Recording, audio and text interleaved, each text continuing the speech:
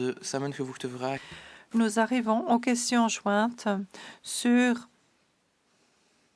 les intérêts de retard dus par la justice. Monsieur Van Hoek. Oui, j'ai tenté de contacter Monsieur Van Tichelt. Je n'ai pas reçu de réponse, mais j'aimerais bien poser la question parce qu'il s'agit de quelque chose qui entre en vigueur à partir de la semaine prochaine, le 1er février. Vous avez la parole. Je serai bref. Donc, à partir du 1er février, il y aura donc des intérêts de retard dus par la justice qui seront automatiquement calculés et payés. Lorsque le délai de paiement pour une facture est dépassé, ces intérêts de retard seront donc automatiquement retenus du budget de fonctionnement de la direction concernée. L'impact budgétaire n'est pas à sous-estimer. Nous savons tous combien de factures non payées sont présentes au département de la justice. D'où mes questions. Qu'en est-il des intérêts de retard qui sont dus jusqu'aujourd'hui mais qui n'ont pas encore été payés? Est-ce qu'ils sont également concernés par le nouveau système? De deux, y a-t-il une estimation de l'impact budgétaire attendu par direction? Et de trois, qu'allez-vous faire pour réduire à un minimum les intérêts de retard dus par la justice? Nous savons tous que la justice est confrontée à d'énormes problèmes financiers, qu'il y a d'énormes lacunes budgétaires. Et si ces intérêts de retard sont maintenant retenus automatiquement, je pense que la dette de la justice ne va que s'agrandir. Madame la ministre.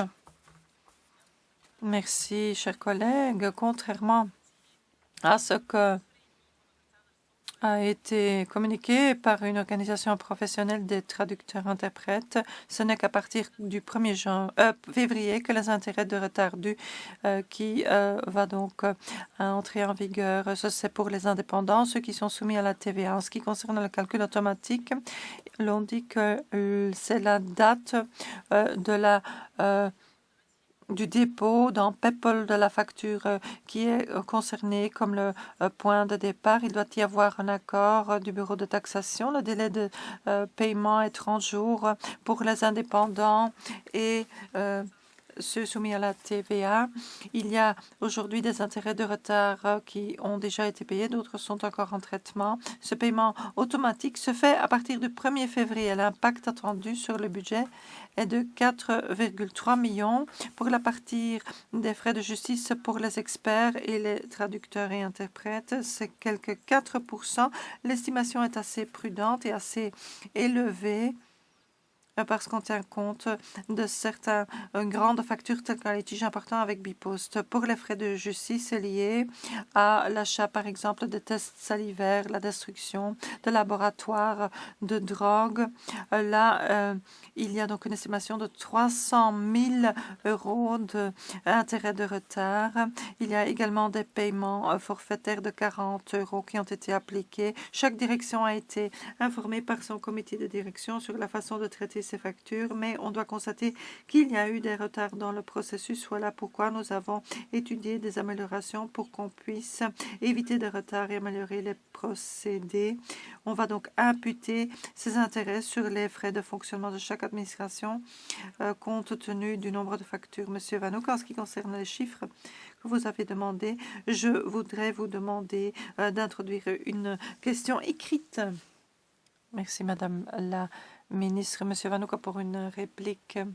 Oui, je vais faire cela, donc déposer une question écrite pour obtenir les chiffres, parce que je viens de le dire, nous savons tous combien de factures restent impayées par la justice.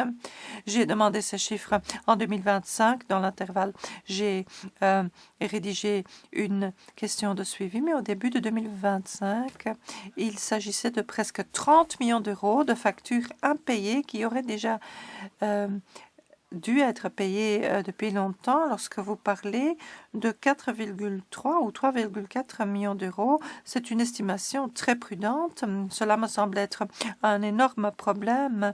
Cette estimation vaut-elle pour toute l'année ou est-ce que cela vaut seulement pour les montants qui seront immédiatement payés? Ce n'est pas un détail anodin.